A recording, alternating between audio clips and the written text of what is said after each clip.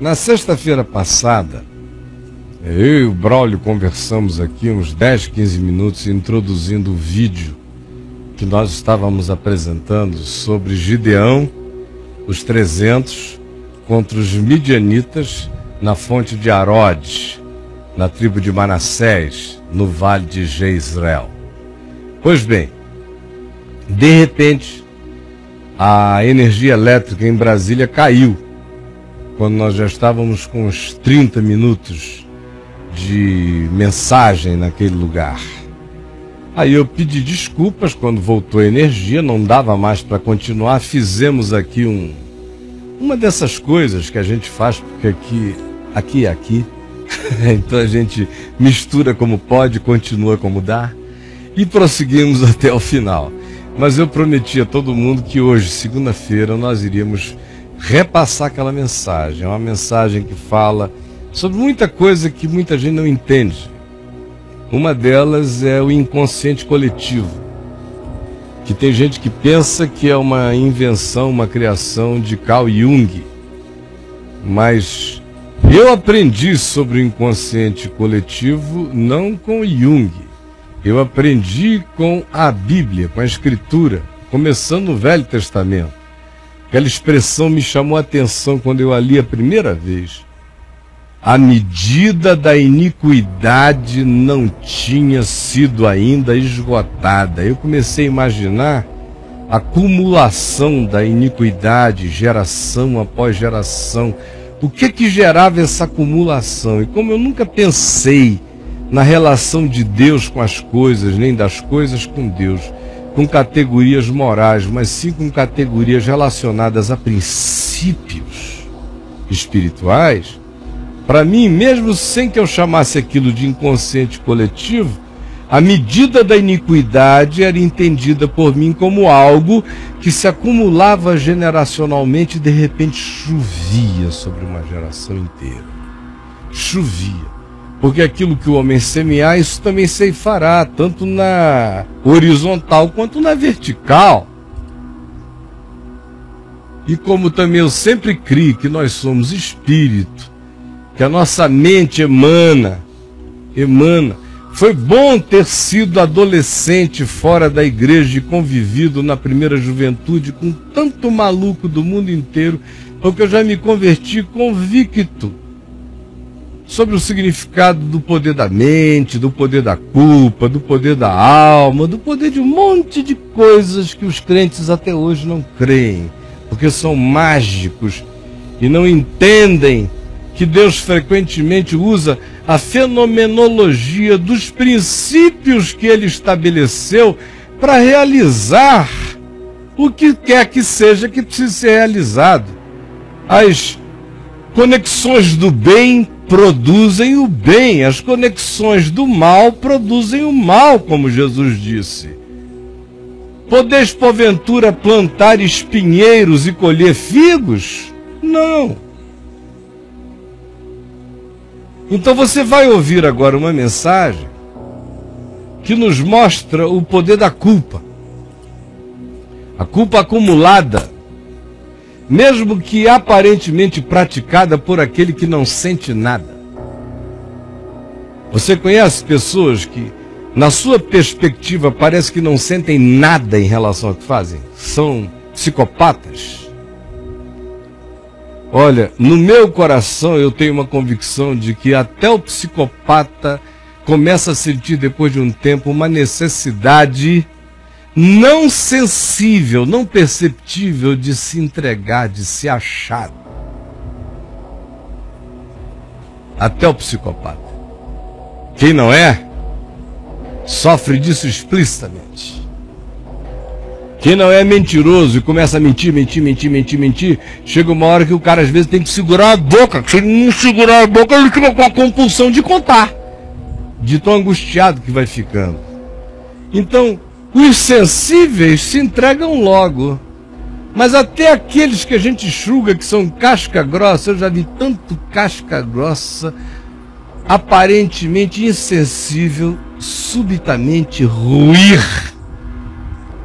Por quê? Porque acumula. E embora o cara seja duro, ele começa a ter pesadelos. E olhe, Nabucodonosor não aguentou a pesadelos, Dario não aguentou a pesadelos, Belsazar não aguentou a pesadelos, nenhum grande imperador da antiguidade aguentou a pesadelos. Pesadelos têm um poder, pesadelos recorrentes têm um poder de derrubar tiranos, que a gente nem imagina. Pois bem, você vai ver o que aconteceu com os midianitas em relação a Gideão. Poder da culpa. E eu quero que enquanto isso você olhe para o seu coração. Porque pode ser que muitas das suas fragilidades, das coisas que você prova hoje, dos encadeamentos danosos da sua vida, sejam o reflexo do seu autojuízo. Do juízo que você impetra contra você inconscientemente, pela certeza da sua culpa. Ouça, pondere tudo que foi dito desde o início e o que eu acabei de dizer agora. E daqui a mais 50 minutos eu volto com você. E eu espero que enquanto isso você vá escrevendo, você vá reagindo, você vá dizendo, você vá abrindo o coração. Em sinceridade eu vos digo, assim será com a graça de Deus. Veja lá.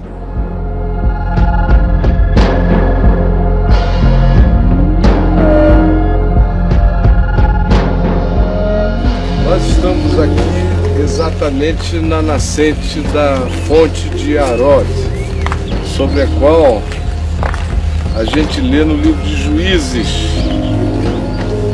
Quem começa a ler a partir do capítulo 6 vai começar a ver o que estava acontecendo com Israel naqueles dias, porque se diz que o pior inimigo de Israel naquele período eram os medianitas, que tinham se tornado numa grande potência expropriadora, aproveitadora, e eles chegavam e todos os anos, quando Israel fazia o plantio do trigo e dos demais víveres no país, os midianitas vinham juntamente com os amalequitas e com os povos do Oriente e invadiam a terra e roubavam tudo, absolutamente tudo, e inclusive destruíam todos os animais, os jumentos, depauperavam as propriedades e tomavam posse de tudo,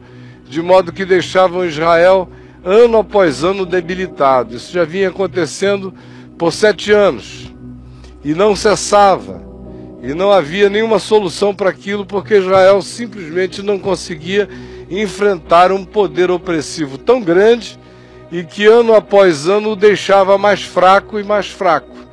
Era plantar, se esforçar, e no final do ano, na colheita, eles vinham, e a descrição bíblica, vinham como gafanhotos aos milhares de milhares e tomavam conta de tudo. Levavam tudo e deixavam o povo com fome, até mesmo sem os animais, para reiniciarem o processo do novo plantio. Isso já não era a primeira vez que acontecia. Deus vinha suscitando juízes em Israel numa época em que não havia reis, não havia líderes, nem havia nenhuma dinastia. Aqui e ali Deus levantava juízes para julgarem a terra. E o que se diz é que isso estava acontecendo sistematicamente com Israel em razão do fato de que Israel trocara o Senhor por Baal. E era um outro conflito que se estabelecia, e as pessoas que Deus levantava para falar estavam sempre denunciando aquele vínculo de Israel com Baal. Eles não diziam que o Senhor não era Deus, mas na prática, tudo que faziam dirigia-se ao culto específico a Baal, que era o deus da fertilidade, fertilidade da terra, fertilidade erótico-sexual, fertilidade de um modo geral. E os amorreus e os cananeus, que tinham sido os habitantes anteriores da terra, eram cultuadores de Baal. Como eu disse, algumas tribos, e principalmente as que não ficaram livres daquele convívio, o livro de Juízes nos diz que aquele convívio se lhes tornou em laço e em destruição espiritual. E aqui era um lugar onde a tribo de Manassés estava presente. É uma das tribos que ganhou uma maior porção de terra. A tribo de Manassés tinha uma banda de propriedade do lado de cá do Jordão, uma outra banda do lado de lá do Rio Jordão, onde hoje está a Jordânia, e ela se estendia longamente, e é uma das regiões, era e é uma das regiões mais férteis de Israel, que está o vale de Jezreel, que significa o nome do vale, aquele que Deus semeou, de tão fértil que era o vale, tão adequado para toda sorte de plantio e bem irrigado. Então a agonia que as famílias viviam era contínua a respeito disso, por causa da invasão dos midianitas, dos amalequitas e dos povos do Oriente, ano após ano. Até que um dia Deus levantou um homem chamado Gideão.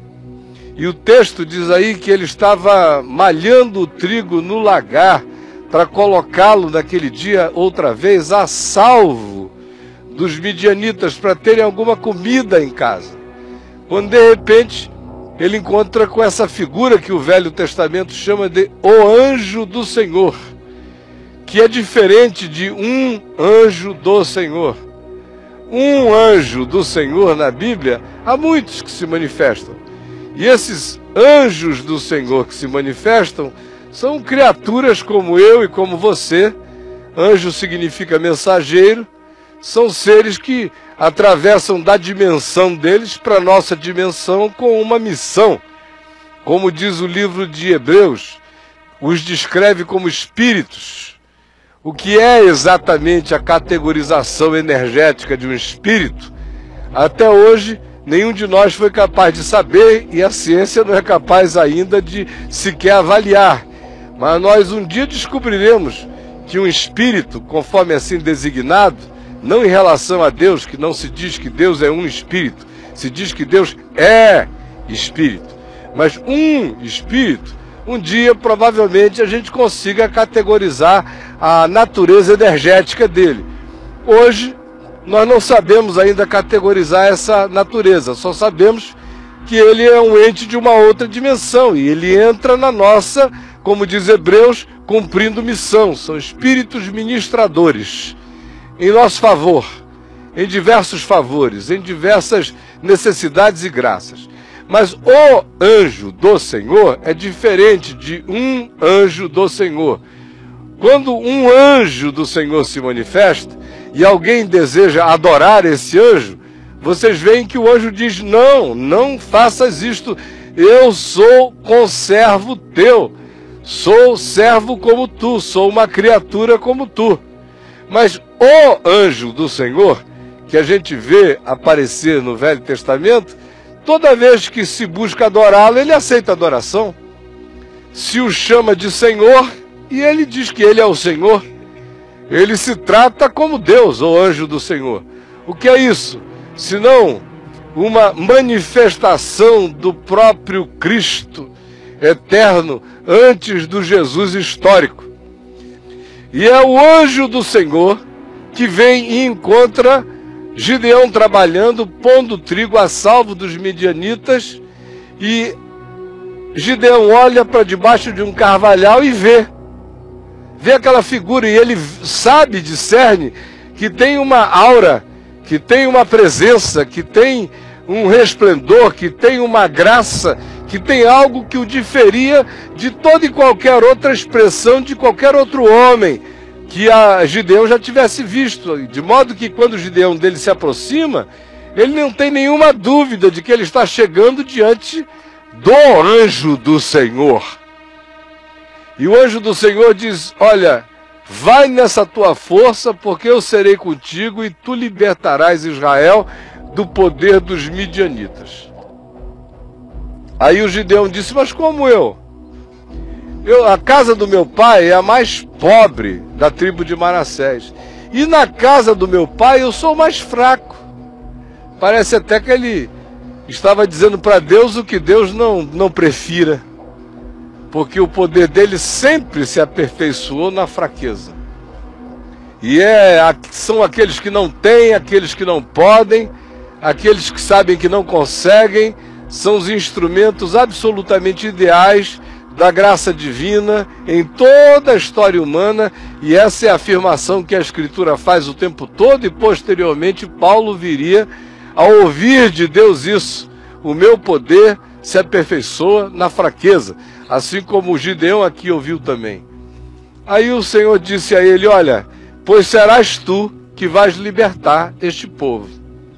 Mas primeiro, arranca do meio do teu povo o altar de Baal que pertence ao teu pai.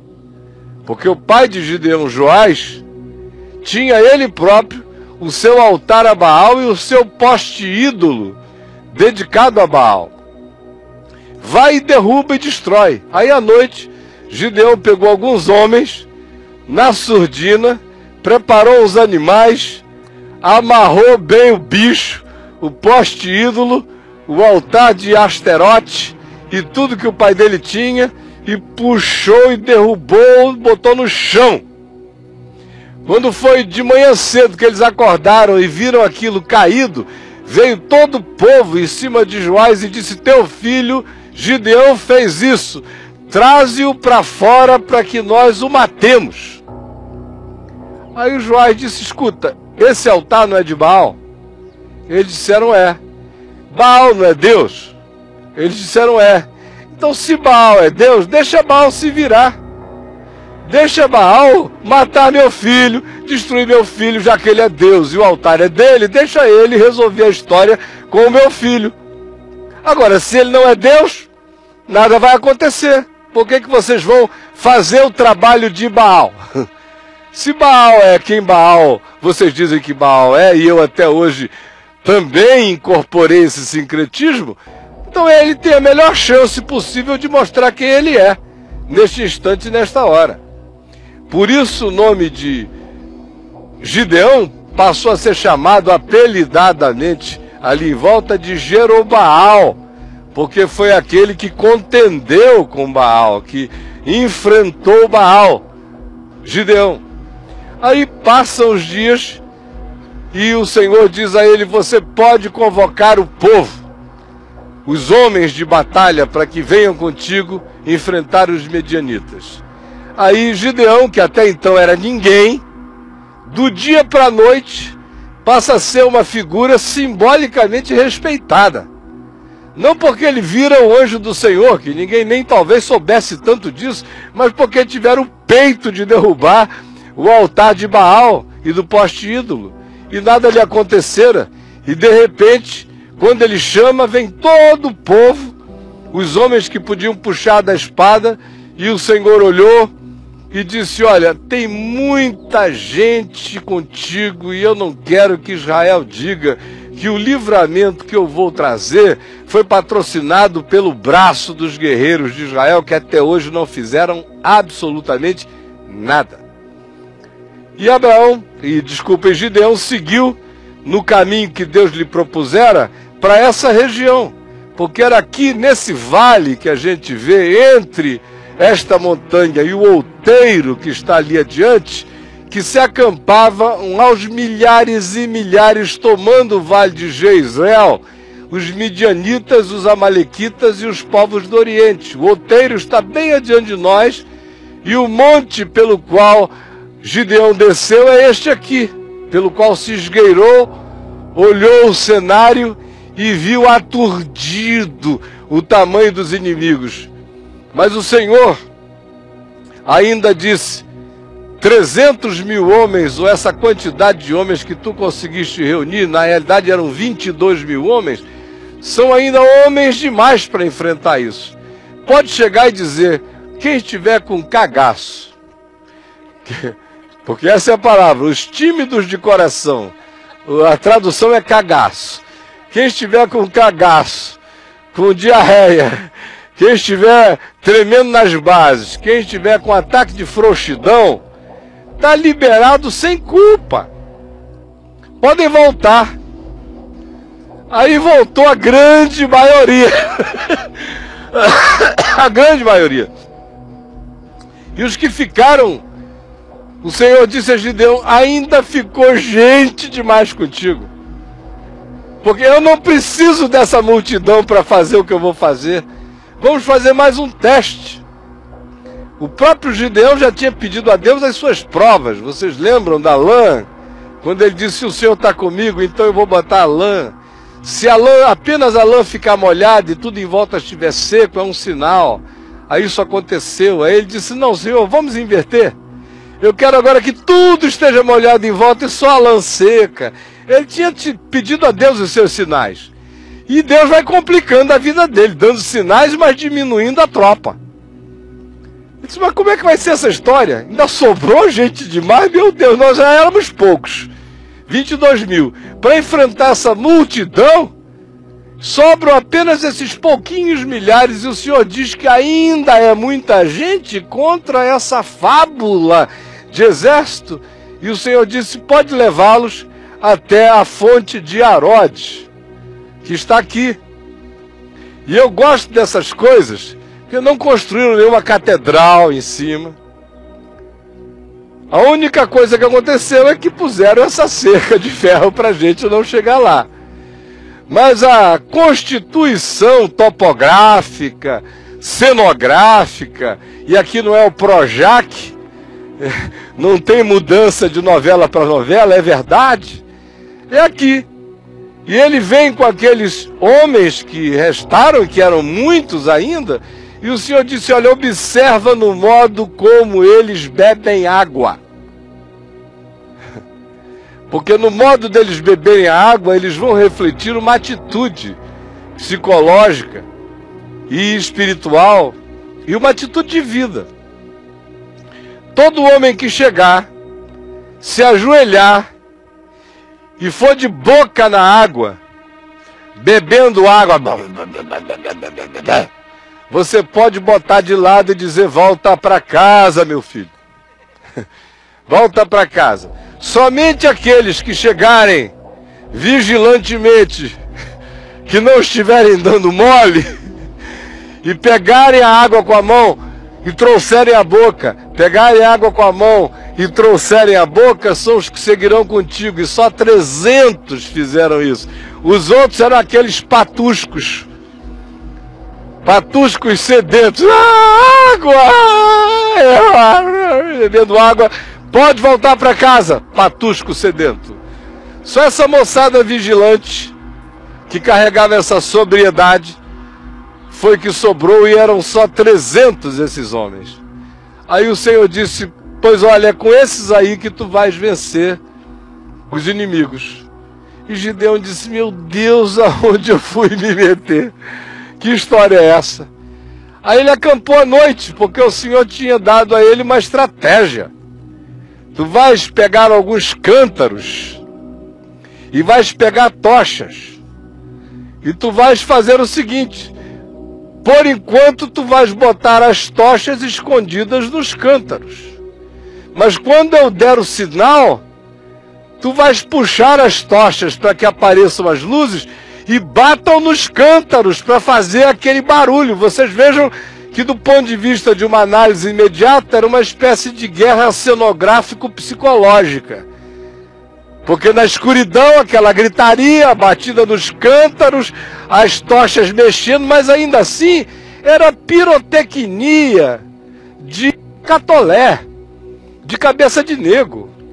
Era tentar assustar um exército grandioso com Stalin. Do ponto de vista do que se tinha aos milhares e milhares diante deles. E na experiência daqueles exércitos todos, ainda assim, era uma estratégia tola. Mas Deus não contava com aquela estratégia era para Gideão. Quase sempre tudo é para nós.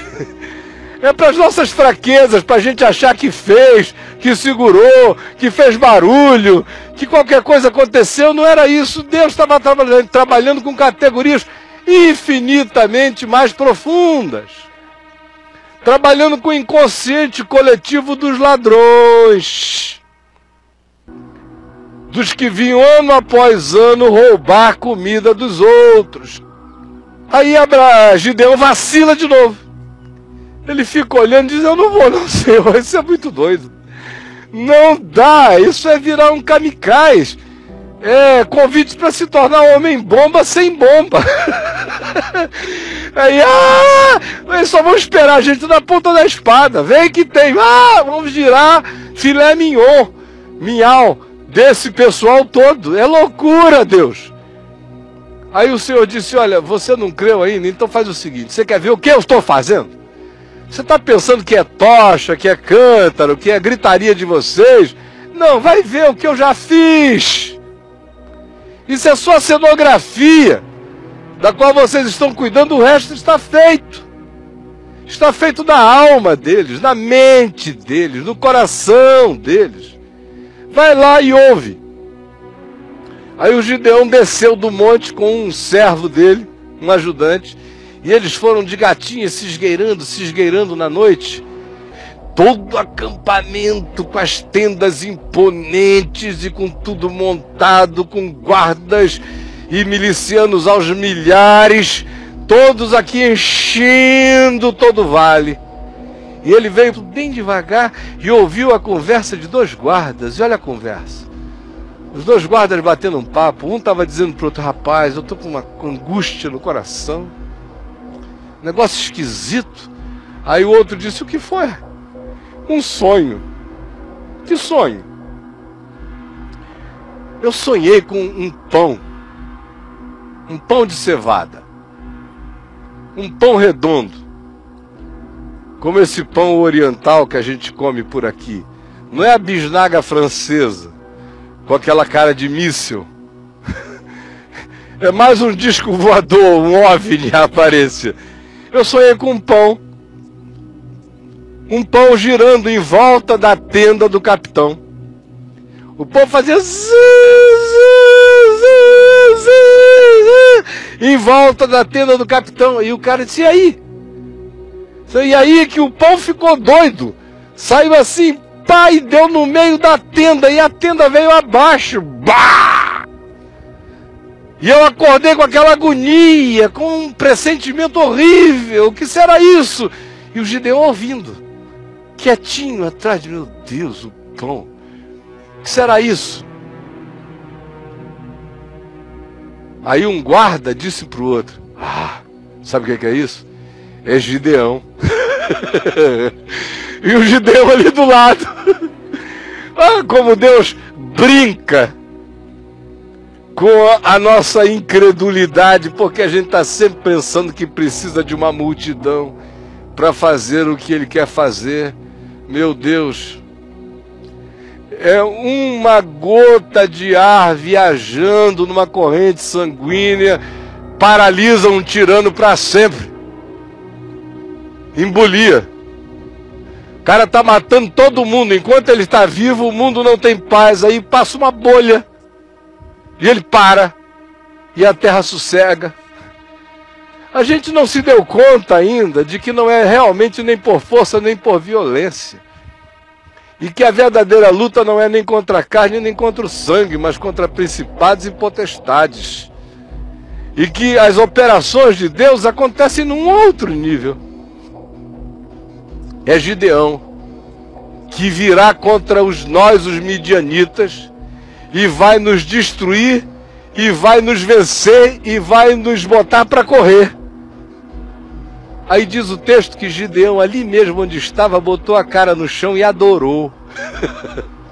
Atrás do arbusto está Gideão apavorado. Agora está Gideão adorando. E Deus usando o sonho do inimigo, sendo interpretado por um outro inimigo, para dizer a Gideão que está atrás do arbusto.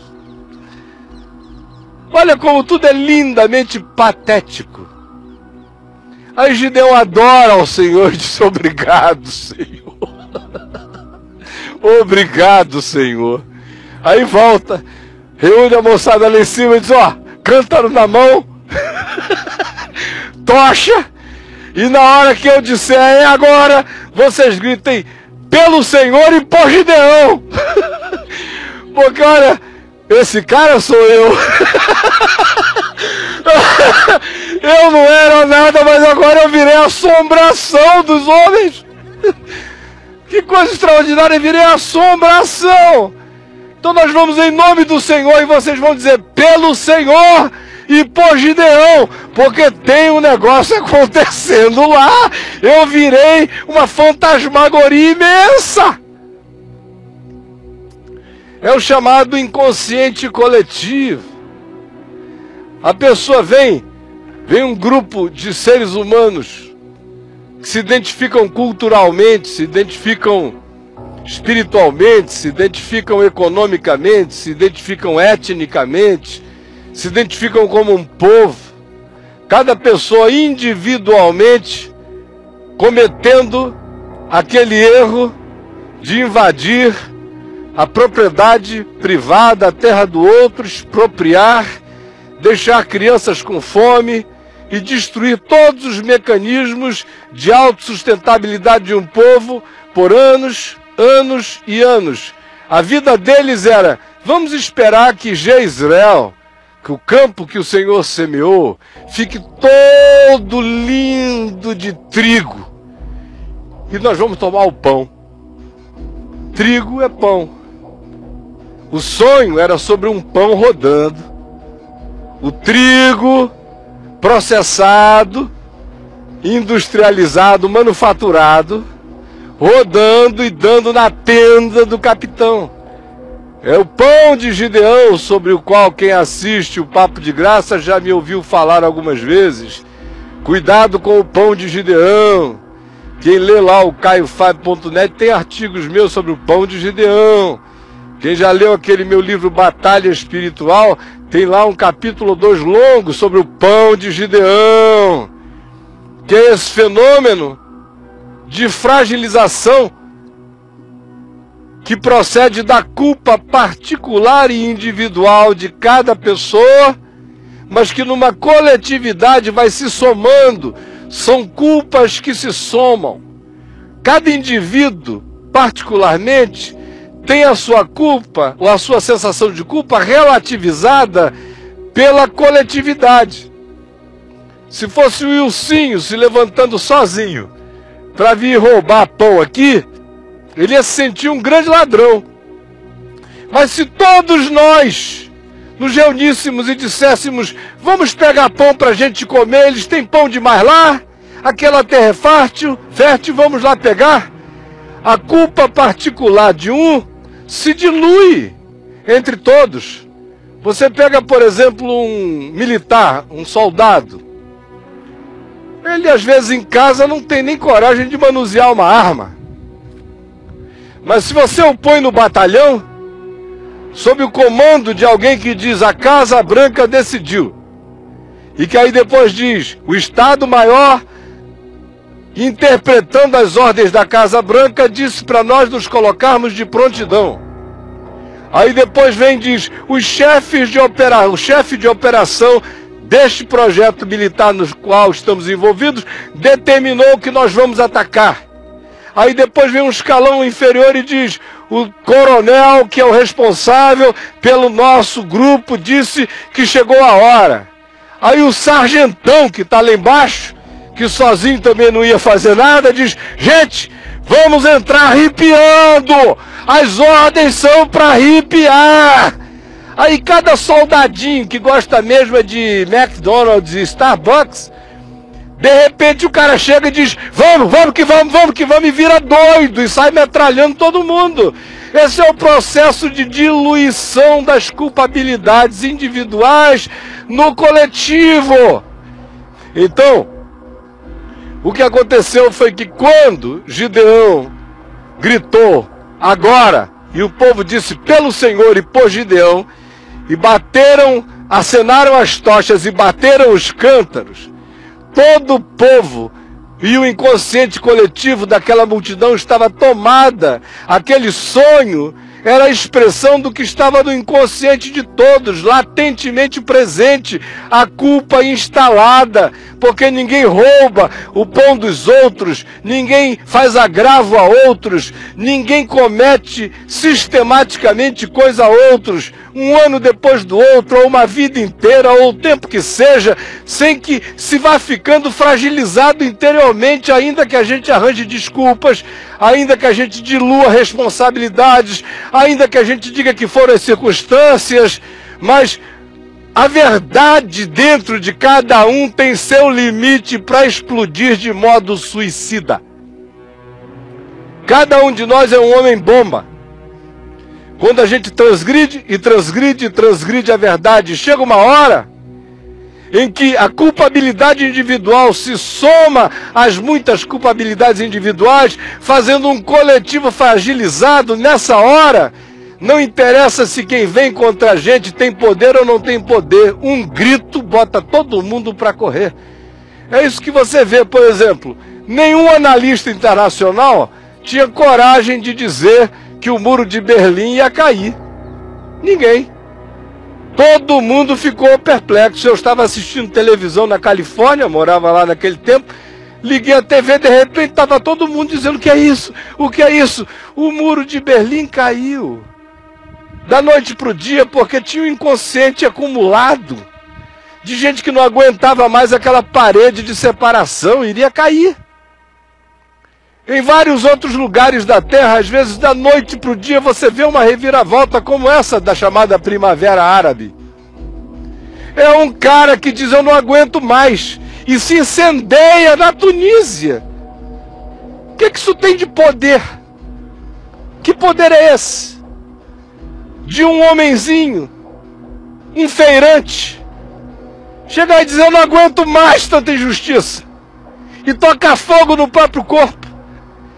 E aquele incêndio vai varrendo a Tunísia, entra na Líbia, entra no Egito, passa pela Jordânia, ainda estão lá tentando segurar, eu não sei o que vai acontecer. Chega a Síria com essa catástrofe que não para, que começou no incêndio na Tunísia, de um homem. Por quê? Porque é aquilo que a Bíblia chama de a medida da iniquidade. Lembram no Velho Testamento, quando o Senhor diz: ainda não, porque a medida da iniquidade desse povo ainda não encheu. Isso é uma linguagem antiga e primitiva para falar do inconsciente coletivo. Vai enchendo aquela medida, vai enchendo, vai enchendo. Quando enche, não precisa de um exército, basta um tapa, às vezes é um grito. Às vezes é um feirante louco na Tunísia tocando fogo no corpo e incendeia tudo. E tudo cai. Esse é um fenômeno a ser observado na história o tempo todo, porque ele é tanto nacional quanto ele é global hoje em dia, tanto quanto muitas vezes ele é familiar. Famílias que fazem perversidade, gente uma contra a outra, tudo encoberto, tudo aparentemente sob o controle de um patriarca, até um dia que a casa cai instantaneamente. Ninguém pode nem explicar porque que foram dormir sob uma tutela e amanhecem com tudo revirado. É um poder esmagador. Esse poder que Deus usa como fenômeno, que é um fenômeno dele mesmo. Aí alguém diria: você está falando que tudo foi fenomenologia? Sim, mas foi uma fenomenologia instituída por Deus. Ele é que instalou esse mecanismo, esse fenômeno na alma humana, individual e coletiva.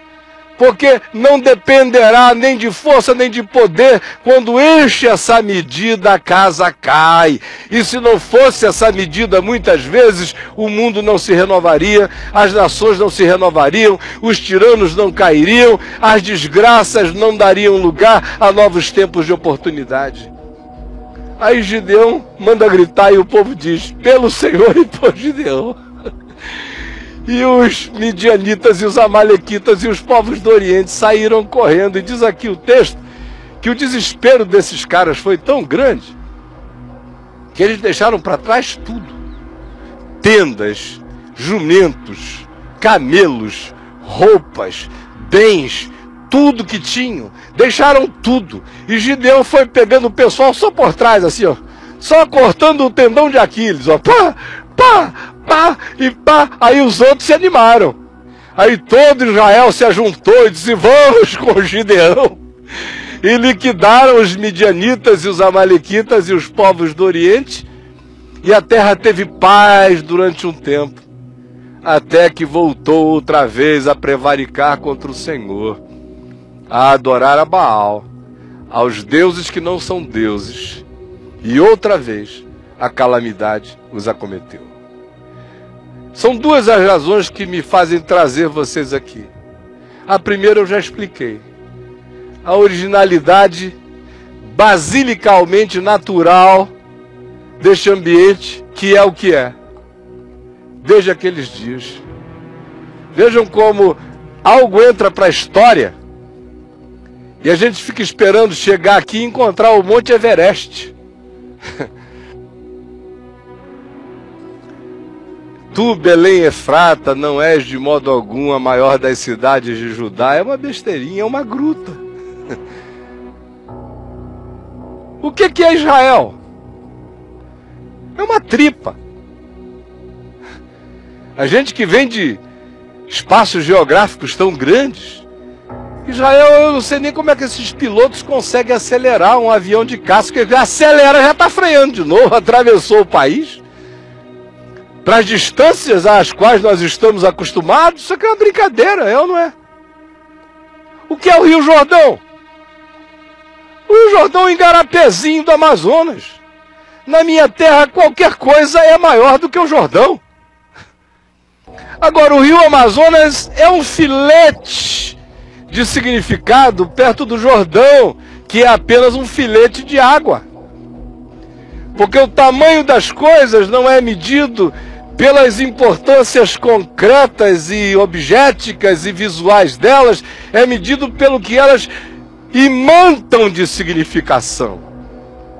É o imantamento dos significados que torna as coisas grandiosas. Essa é a segunda lição. Uma é ver e verificar a basicalidade e a basilicalidade desta basílica original, desta fonte de Arode. A segunda é mostrar para vocês a insignificância disso. Tão insignificante quanto os 300 homens, o cântaro, as tochas ou o próprio Gideão. Porque não depende do homem, nem do braço do homem. Terceira razão é para a gente saber que não há inimigo tão grande que não possa cair de si mesmo. A quarta razão é para a gente saber que em toda operação de iniquidade consistente e persistente, existe igualmente um mecanismo de autodestruição instalado naquele que está praticando e perpetrando tal maldade. Há uns anos atrás, eu olhava para o povo da Venezuela, que eu conheço razoavelmente de tantas vezes que lá fui pregar, e achava aquele povo um povo tão bonito, tão legal. Aí de repente me chega um Hugo Chávez. Aí, subitamente, cadê o Hugo Chávez? Eu não sei. Não sei se ele está numa máquina, não sei se ele está mumificado, não sei se ele vai aparecer num cavalo branco como é o Cid, morto, na Revolução Bolivariana. O fato é que os Estados Unidos estavam apavorados, o mundo inteiro apavorado, e de repente um negócio aconteceu com o Hugo Chávez que não estava na mão nem no controle de ninguém. Quer dizer que eu estou torcendo para o Hugo Chávez morrer e desaparecer? Não, o que eu estou dizendo é apenas o que eu estou dizendo. Que aquilo que se nos já figura como sendo um poder, muitas vezes enorme, de uma arrogância imensa, não significa nada. Nabucodonosor, os palácios e os jardins suspensos da Babilônia, andando para lá e para cá, diz: ó, vê o que as minhas mãos construíram. Aí de repente o cara tem um sonho perturbador. E o sonho altera o psiquismo dele. E o indivíduo fica 7 anos como um bicho, com as unhas grandes, os cabelos sem cortar, querendo comer grama no chão, sem saber de si mesmo. No instante, assim, rapidamente. Essa é outra coisa que eu queria que a gente guardasse no coração. Aquilo que se nos afigura como sendo invencível pode, da noite para o dia, implodir em si mesmo, quando enche a medida e extravasa aquilo que os céus estabeleceram como tolerável. E não é uma invasão de alienígenas sobre a Terra. Vejam qual é a ironia. É o mecanismo interior do próprio homem não suportando mais a si mesmo e coletivizando através de vasos que se comunicam pelo inconsciente aquilo que que fragiliza tal grupo ou tal potestade política ou econômica ou militar ou de qualquer natureza, de modo que aquilo rui. Eu, às vezes, fico recebendo lá dezenas de cartas de pessoas me perguntando: Caio, até quando esse negócio horroroso, em nome de Deus, do Brasil, o que será que vai acontecer? E eu penso: meu Deus, eu lá sei o que vai acontecer. Eu só sei o seguinte: isso em 30 anos conseguiram perverter essa coisa toda. Agora, isso tudo pode acabar em um dia. Pode ir assim, como um dominó. Quando você vê tudo que era, já não é mais. Tudo que parecia ter uma durabilidade enorme, já não tem. Porque esse é um mecanismo que Deus estabeleceu como graça, para que o próprio tirano seja vítima do seu abuso insaciável de tirania, e para que todos aqueles que se coletivizam nessa ação tirânica experimentem o mesmo poder de fragilização que acontece dentro de nós próprios e na nossa própria troca perversa uns com os outros, quando nos abandidamos para fazer alguma coisa contra o próximo sistematicamente. E por último, minha gente, eu queria apenas que a gente levasse no coração essa certeza de que Deus gosta de tirar uma onda. Gosta de tirar uma onda, gosta de uma brincadeira, porque toda a história da Bíblia é a história de uma brincadeira divina. Você fica pensando: quem foi Abraão? Era um anônimo na Suméria, em Ur dos Caldeus. Um anônimo, saiu de lá porque ouviu uma voz. Uma voz? O que é uma voz? A voz dizia: sai da tua casa, da casa do teu pai, da tua parentela, vai para a terra que eu te mostrarei, sê tu uma bênção, e eu vou abençoar através de ti todas as famílias da terra. Dá para negar que existe uma coisa extraordinária na semente desse Abraão? A gente visitou a Turquia, a Ásia Menor. Nós não encontramos nenhum habitante das culturas originais em todos os lugares que a gente passou. Na Grécia, não tem mais grego nenhum. Não os gregos antigos. Tem gente que se chama grega, mas que a gente só vai identificar como grega por um exame de DNA que também vai dizer que tem grego na Etiópia e vice-versa. Porque os gregos originais se dissolveram os egípcios. A gente vai no Egito, não encontra um egípcio, a gente só encontra árabe. O nome do país é Egito, mas não tem nenhum egípcio lá há muito tempo. Talvez o único outro povo da terra, dentre pouquíssimos, que mantiveram a sua estrutura genética, cultural, quase intacta, sejam os etíopes. Mas nada se comparar com Israel. E os etíopes ficaram a maior parte do tempo habitando a sua própria geografia política. Israel primeiro esteve no Egito por 430 anos, depois voltou e enfrentou todos os problemas que o livro de Juízes e até a chegada, o texto de Daniel nos descrever, foram os problemas que aqueles estiveram. Aí vem Nabucodonosor e os leva lá para a Babilônia. 70 anos lá, um grupo volta para a terra de Israel, para Jerusalém. Um grande grupo não volta, continua na Babilônia, continua no mundo helênico, nas sinagogas e vivendo ali o seu processo de uma etnia que não se misturava tanto e de uma cultura sólida em razão de um centro de espiritualidade que os mantinha com uma identidade única. Aí depois os que estavam aqui enfrentaram todas as guerras dos Ptolomeus e dos Seleucidas durante anos, até que vieram os romanos e os acachaparam, os mantiveram sob contenção, até que no ano 70 Jerusalém é destruída, eles são espalhados, levados cativos para o mundo inteiro. Até 1948, sobreviveram ao Holocausto e a muitos outros holocaustos, aí voltam para cá. Aí chegam aqui em 48 e constroem esse país. E tem gente dizendo que deve ser dinheiro americano. Bem que eles queriam que fosse. Ao contrário, lá nos Estados Unidos é que os americanos precisam muito do dinheiro dos judeus que vivem lá. E Wall Street que o diga. E vieram para cá poucos. A grande maioria ficou lá. Quando aqui tinha um montinho de gente trabalhando nos kibbutz que precederam a criação dessa nação, em muito, a grande maioria estava nos confortos das grandes cidades e das grandes metrópoles americanas fazendo negócios. E esse mito de que fortunas eram designadas para construir esse país é um mito. Alguns foram generosos, alguns ajudaram, mas boa parte do recurso circulou foi entre eles mesmos em business as usual fora desse país. Dá para negar que um povo com tão pouca gente no mundo, quantos milhões hoje de judeus contabilizados na Terra?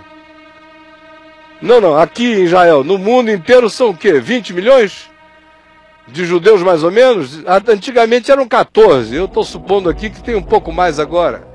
Mas não é muita gente, é muito pouca gente. É menos que a Argentina, é menos do que um bocado de coisa, é pouca gente. Como é que você pode imaginar que no curso da história esse povo tenha produzido, para cada 10 gênios do mundo, 3, 4 tenham sido judeus em todas as áreas que você queira? Da música, nas artes, nas ciências, matemática, física, no que você queira. Tem algo estranho presente na semente de Abraão. E vejam como é um homenzinho que saiu ouvindo uma voz. E que não veio com exército nem com séquito, carregava algo dentro dele. Se o negócio de Deus fosse grandes estratégias, Jesus tinha que ter nascido em Roma. Vocês não acham? No mínimo em Roma. E não na terra do nada. Do coisa nenhuma. Então não se impressionem com o que tem a aparência de grande força, nem de grande poder, em nenhum nível da vida. Apenas saiba que tem uma medida, tem uma hora. Essa medida o céu estabelece, mas ela está dentro de cada indivíduo.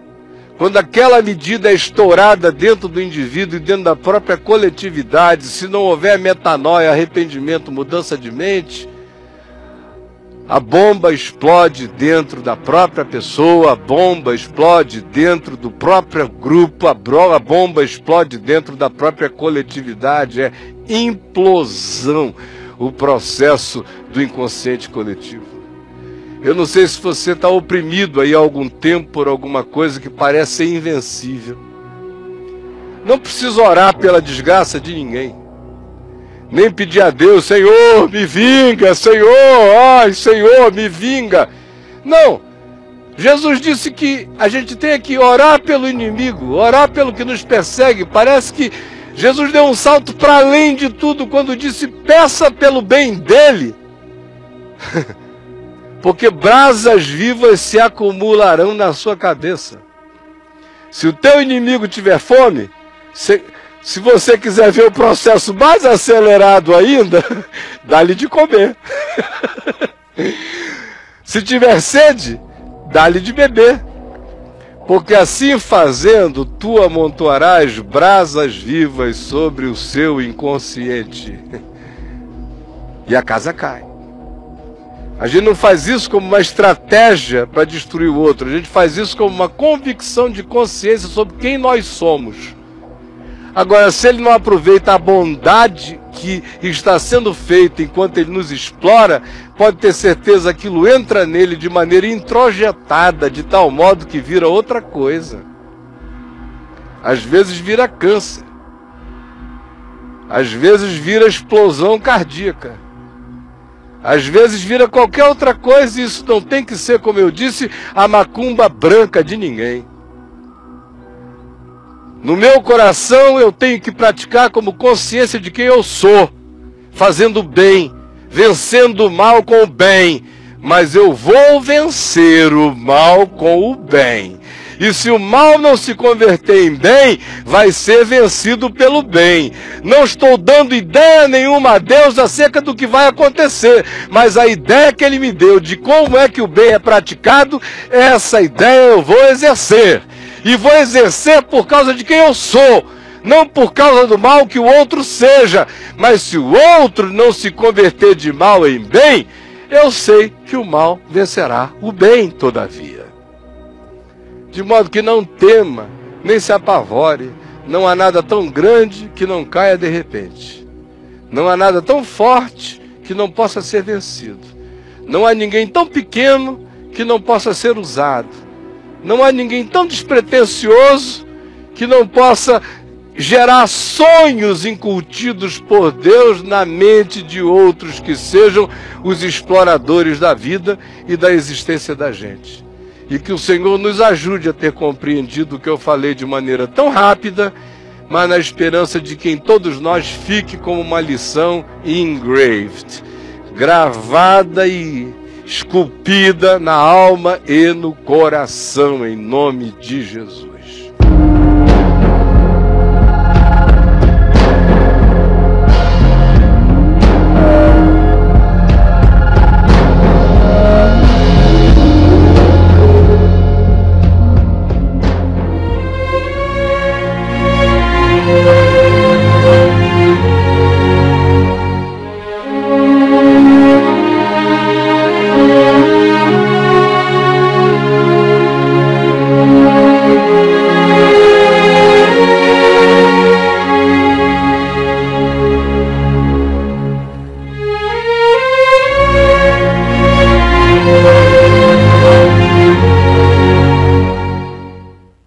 Enfim conseguimos. Porque na sexta a gente estava aí chegando, faltavam uns 10 minutos, 15, aí pá! E o no break não conseguiu segurar a queda de energia, a gente saiu do ar, mas aqui ficamos nós, com você. Você ouviu tanta coisa, se prestou atenção, não. Tem uma fábula de coisas para você pensar. É que eu não sei se você prestou atenção aqui, na internet tem hoje em dia um fenômeno muito esquisito. O pessoal só presta atenção e olhe lá se for ao vivo. Se estiver acontecendo ali na hora, se estiver gravado, eles já não prestam atenção. Outra coisa que me choca é o seguinte: você escreve um texto sobre o Evangelho, aí publica ali, tem 15 anos o texto que eu escrevi. Aí tem aquele monte de comentário, que coisa maravilhosa. Apesar de fazer 15 anos, está atualizadíssimo. Fico olhando, digo, meu Deus, de onde é que essas pessoas vêm? Eu estou lendo cartas de Paulo, que tem 1970 anos, 60 anos, elas nunca estiveram tão atuais. O que é que eles pensam? Que o Evangelho é o Facebook? Ah, gente... Quem são vocês em relação aos significados eternos e ao que não muda? Estão acostumados a trocar de celular, trocar de tudo, ficam querendo trocar de evangelho. O evangelho é eterno, a palavra é a mesma. Passará o céu, a terra, a Apple e a Microsoft, mas a minha palavra não passará, diz o Senhor, em nome de Jesus.